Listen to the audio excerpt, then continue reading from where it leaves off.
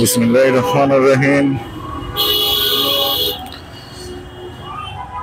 আজকে হচ্ছে বৃহস্পতিবার, আর ডেইলি মোটর ব্লগের এই পর্বে আপনাদের সবাইকে জানাই স্বাগতম। আজকে ঠান্ডার পরিমাণটা অনেক বেশি, একদম শীতে কাঁপাকাঁপির মতো অবস্থা।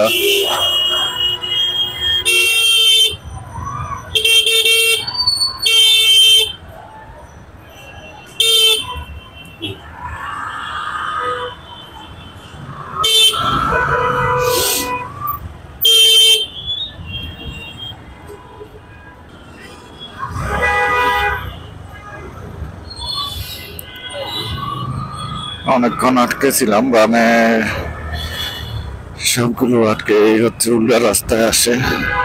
আসলে এই রিক্সাওয়ালাদেরকে ঠিক করার কোনো ওয়ে আছে কিনা আমি জানি না। ট্রাফিক কন্ট্রোলে যারা আছে তারা এদেরকে ঠিক করার চেষ্টা কেন করে না বুঝি না।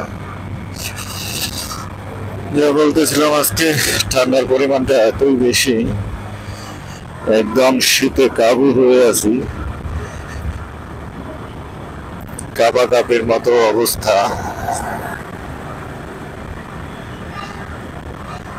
আর প্রচন্ড পরিমাণে ঠান্ডা লাগতেছে আজকে।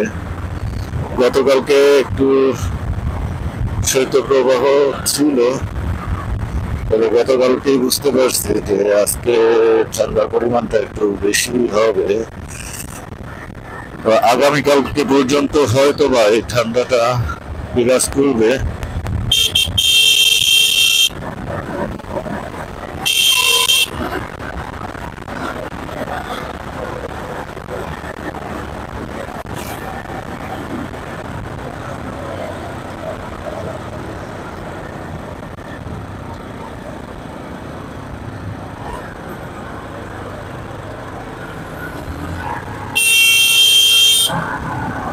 বাস আর সিএনজি পাশাপাশি রাস্তা ব্লক করে যাচ্ছে।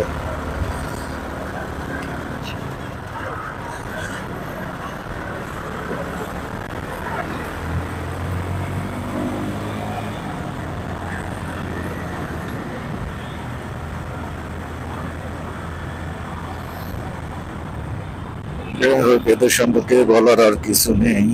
এরা নিজেরাও অ্যাক্সিডেন্ট করবে আর অন্য কেউ অ্যাক্সিডেন্ট করাবে, এই নিয়ত করে এরা রাস্তায় বের হয় সম্ভবত। আমি এখন ফ্লাইওভারের প্রায় শেষ অংশে চলে এসেছি।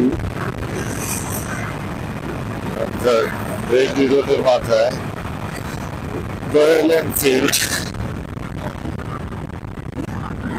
যাচ্ছে সামনে দিয়ে,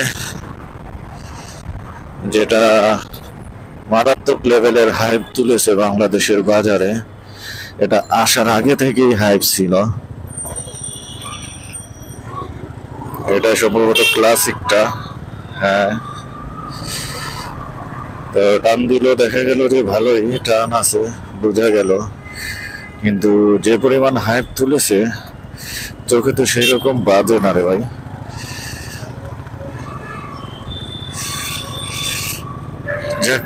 যার যেরকম চাহিদা বা পছন্দ থাকতেই পারে। রিভিউ গুলো তো দেখলাম রয়্যাল এনফিল্ড টানাটানির জন্য না, কিন্তু উনি যে অ্যাক্সিলারেটর দিলেন তাতে তো মনে হলো ভালো এটা অ্যাক্সিলারেশন হয়।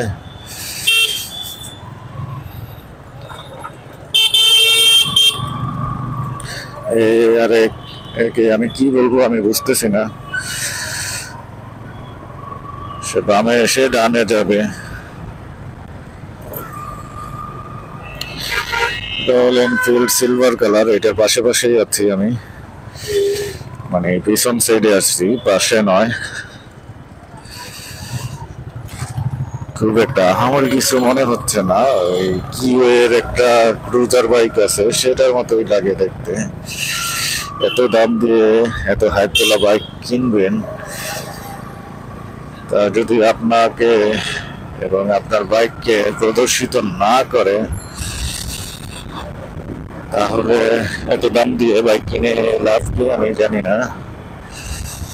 বাইক হচ্ছে এক সময় বাইক ছিল একটা স্টাইলের মাধ্যম, আর এখন বাইক হচ্ছে মোটামুটি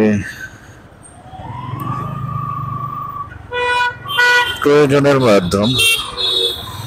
তো এত দাম দিয়ে আপনি যদি বাইক কিনেন তো সেটা ওই রকমই দেখানো বা ওটার সৌন্দর্য ফুটে উঠে এইরকম হওয়া চাই, তাহলে আপনি টাকা খরচ করবেন।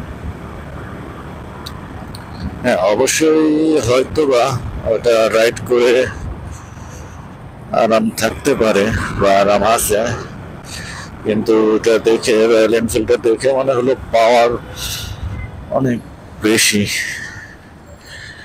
পাওয়ারের জন্য বাংলাদেশে রেসার ব্যতীত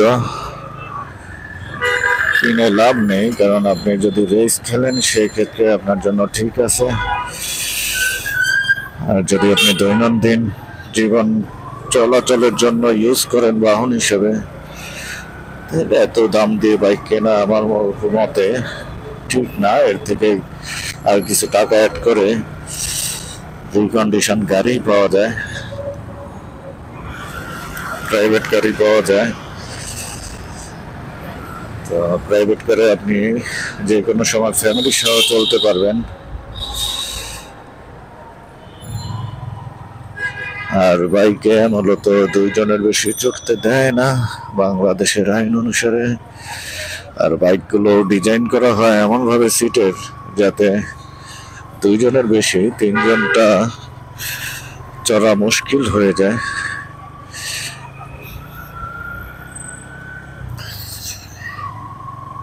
তো বলতে বলতে আমি চলে আসলাম আমার অফিসের গেটে। জাস্ট এখন আমি গেটে প্রবেশ করব। আইডি কার্ডটা সামনে রেখে দিয়েছি যাতে পুলিশ সহজেই আইডেন্টিফাই করতে পারে।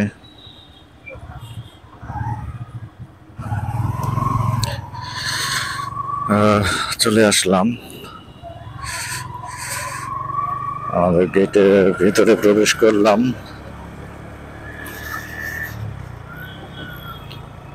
এখন মূল গেটের কাছাকাছি চলে আসছি, এখান থেকে বামে টার্ন করব।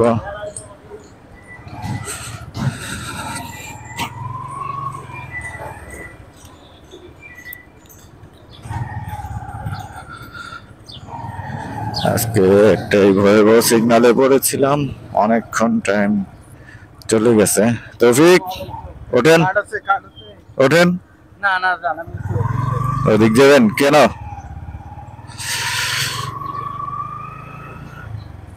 যাই হোক, সকালবেলা হয়তো বা অন্য কোনো কাজের পারপাসে সে জনপ্রশাসনের লোক প্রশাসন প্রশিক্ষণ ইনস্টিটিউটের অংশটাতে চলে গেল।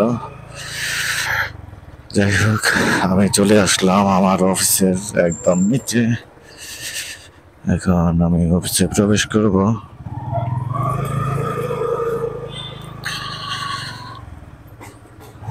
আমাদের ডগ স্কোয়াড সামনে অভিবাদন জানাচ্ছে সব গাড়িকে।